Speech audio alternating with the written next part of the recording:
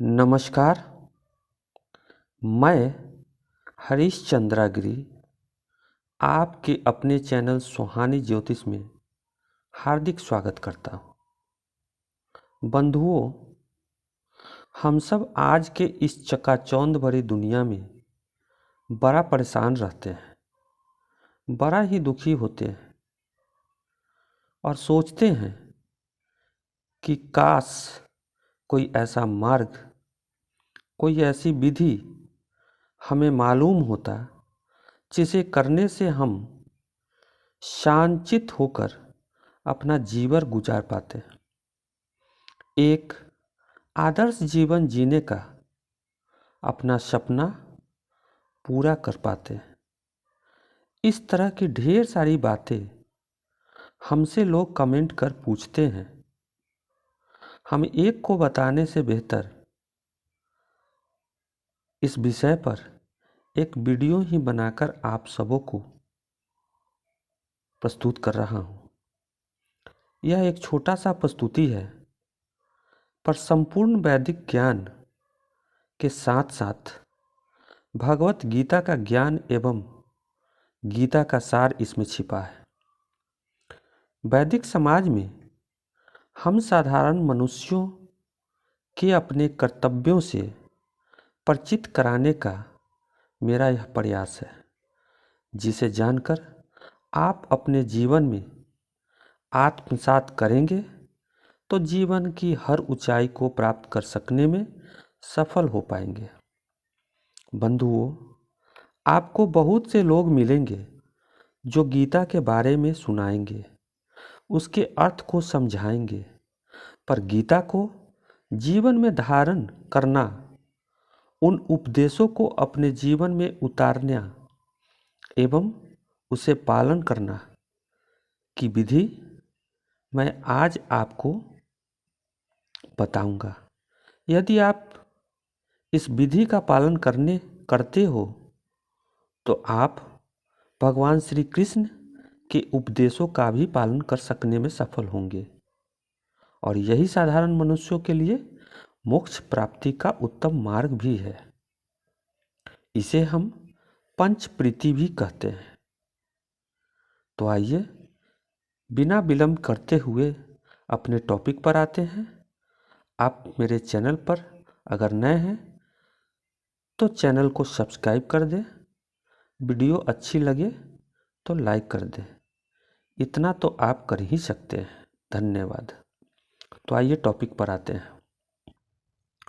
यह विधि वैदिक काल से लेकर अब तक अपनाया जाने वाला सबसे आदर्श विधि है, जिसे हमारे ऋषि महर्षि से लेकर हर एक तपस्वियों ने अपनाकर अपने जीवन को मोक्ष तक पहुंचाया, पर शायद आज के समय में विलुप्त सा हो गया है।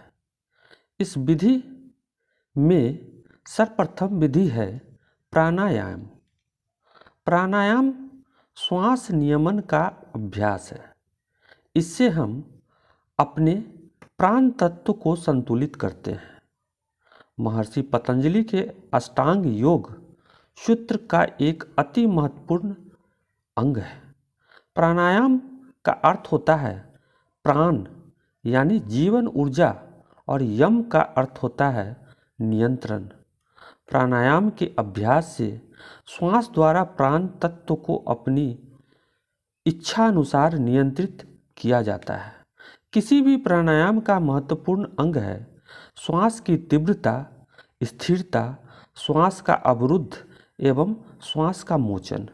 इसे नियमित अभ्यास करने से हम अपने प्राण तत्व को नियंत्रित करना सीख जाते हैं, पर इसे ब्रह्म मुहूर्त में करें, ताकि वातावरण में सुबह का समय धूलकणों से रहित होता है और यह समय वातावरण में ऑक्सीजन से भरा हुआ समय होता है।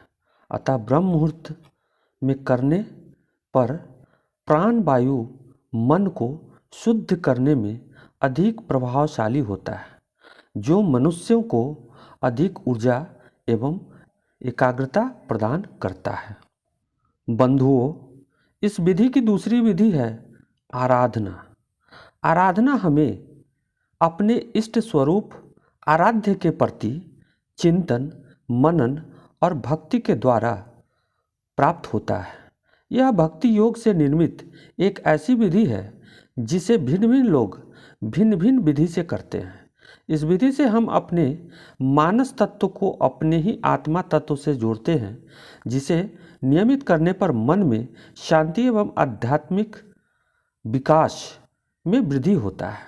इसे सूर्योदय के पश्चात एवं 9 बजे से पूर्व किया जाना उत्तम कहा गया है। बंधुओं, इस विधि की तीसरी विधि है साधना। साधना का वास्तविक अर्थ होता है दिन प्रतिदिन के कार्यों में उत्कृष्टता को प्राप्त करना। तुम्हारा भक्ति, ध्यान एवं कर्म ही तुम्हारा साधना है। इसके बिना कोई भी अपने लक्ष्यों को पूर्ण नहीं कर सकता। श्री कृष्ण गीता में कहा है कि मनुष्य कर्म करने के लिए जन्म लेता है। कर्म के बिना कोई मनुष्य जीवित नहीं रह सकता और सभी मनुष्य ज्ञान प्राप्त करने के बाद ही कर्म करने के योग्य बनता है। उत्तम मनुष्य अपने कर्म के द्वारा अपने सभी कर्तव्यों को पूर्ण कर कर्मयोगी बनता है और ऐसे कर्मयोगियों को मोक्ष की प्राप्ति होती है और हम सभी के लिए मोक्ष की प्राप्ति परम आवश्यक है। और मोक्ष प्राप्ति के लिए हमें सभी दैनिक, शैक्षिक एवं सामाजिक कर्तव्यों को विधि पूर्वक पालन करना पड़ता है और यही कर्मयोग है। और एक कर्मयोगी को इसी साधना में डूबा होना चाहिए। भागवत गीता में भगवान श्री कृष्ण अर्जुन से कहते हैं कि तुम एक कर्मयोगी बनो। कर्मयोग अपने कर्म के द्वारा मोक्ष प्राप्ति का मार्ग है। कोई अंतर नहीं पड़ता कि तुम कौन हो, किस संप्रदाय से हो या तुम्हारी पृष्ठभूमि क्या है। कृष्ण कहते हैं कर्मफल या कर्म के परिणाम में आसक्त हुए बिना ही कर्म को समर्पण भाव रखकर केवल सफलता या असफलता जैसे परिणामों के प्रति तटस्थ रहते हुए अपना सर्वश्रेष्ठ प्रयास करना ही कर्मयोग है। यह एक सर्वोत्तम विधि है। यह साधना 9 बजे सुबह से 6 बजे शाम तक किया जाता है। चाहे आप किसी ऑफिस के कर्मचारी हो या स्कूल के छात्र हो, इसे सभी को करना चाहिए। आप सभी कर्म कर रहे हो और परिणाम के प्रति आसक्त भी रहते हो, पर आप अपने कर्म को हमेशा अपने शुद्ध अंतःमन से करने के लिए सदा असमर्थ रहते हो एवं एक शुद्ध कर्मयोगी बनने से सदा चूक जाते हो। बंधुओं, इस विधि की चौथी विधि है वंदना। आप जानते हैं कि पूजा, अर्चना, वंदना और स्तुति सभी साधना का ही भिन्न रूप है। वास्तव में पूजा का अर्थ ईश्वर का सेवा होता है, पर हमें सेवा वैसे आसक्त व्यक्ति की ही करनी चाहिए क्योंकि ईश्वर सब में ही विद्यमान है। वह तो हम सबों में है। एक उत्तम साधक प्रत्येक जीव एवं निर्जीव में अपने इष्ट स्वरूप परमेश्वर को देखता है या पेड़, पत्थर या मूर्ति में इष्ट इष्ट की कल्पना करते हुए भक्ति पूर्वक उसकी सेवा करता रहता है।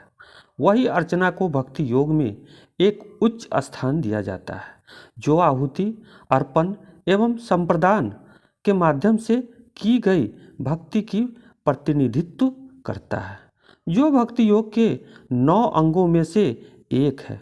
पर वंदना हमारे अंतरात्मा में बसे परमात्मा एवं प्राण रूपी शक्ति की उनकी प्रति कृतज्ञता को करने हेतु किया जाता है। हम अपने दैनिक कर्तव्यों को पूरा करने के लिए उन्हीं से बुद्धि एवं शक्ति प्राप्त करते हैं। इस विधि में हम अपने मन को जप द्वारा स्थिर एवं अपने इष्ट पर केंद्रित करते हैं। यह केवल अपने आँखों को बंद करके पूजा एवं गुरु वंदना एवं इष्ट वंदना अपने इष्ट की मंत्रों द्वारा जपा जाता है। वैसे साधारण मनुष्य इसे संध्या काल में करते हैं, यानी शाम के समय जब न दिन हो न रात हो, उस समय में यह वंदना हमें करनी चाहिए। बंधुओं, इस विधि की 5वीं विधि है ध्यान। यह सबसे महत्वपूर्ण विधि है।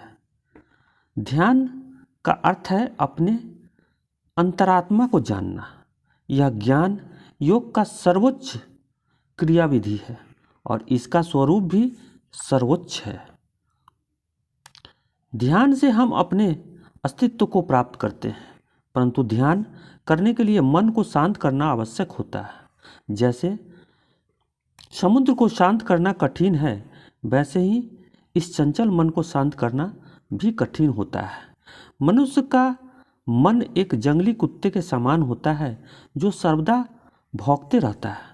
इसे शांत करना इतना सरल कार्य नहीं है और अशांत मन से ध्यान करना संभव नहीं। मनुष्य का मस्तिष्क ही मानस तत्व का प्रधान है। हमारे शरीर की नकारात्मकता भी उसी की देन है और वह सर्वदा ही हम सबको चिंता में डुबाकर रखना चाहता है। इसलिए वह सदा एवं सर्वदा एक जंगली कुत्ते की भांति भौंकता रहता है। यदि तुम सोचते हो कि तुम्हारे मानस तत्व को शांत कर चुप कर सकोगे, तो यह तुम्हारा भ्रम ही होगा। इस गतिशीलता को खुद के क्रियाशीलता से ही रोका जा सकता है और इसके लिए ध्यान की ही आवश्यकता पड़ती है। हम ध्यान को कई प्रकार से कर सकते हैं। इस विधि को किसी भी काल या परिवेश में कर सकते हैं, पर शांत वातावरण की आवश्यकता हमें पड़ती है।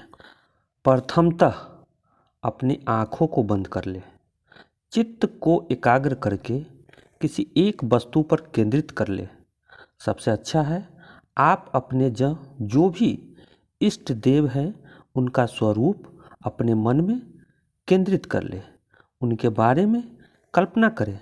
कल्पना से हटे नहीं। किसी भी प्रकार का बाह्य प्रभाव होने पर भी वहाँ से न हटे। इस प्रक्रिया से मन के विचारों से आपका एक युद्ध होगा। मन भौंकना चाहता है, पर आप इसे भौंकने से बार बार रोककर एक ही विचार की ओर दिशा प्रदान करते हैं और अपने मन के भटकाव पर विजय प्राप्त करते हैं। और यही ध्यान एक भट्टी के समान है जिसमें हमारे जन्म जन्मांतरों का पाप भस्म हो जाता है और हमें अनंत सुख और आनंद प्राप्त होता है। बंधुओं, इन्हीं 5 विधियों प्राणायाम, आराधना, साधना, वंदना एवं ध्यान एक व्यक्ति को मोक्ष तक ले जा सकता है।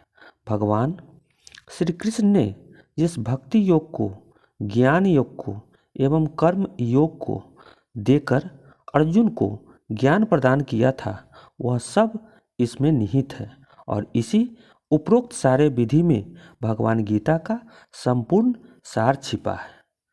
हम आशा करते हैं कि आपको यह प्रस्तुति पसंद आया होगा।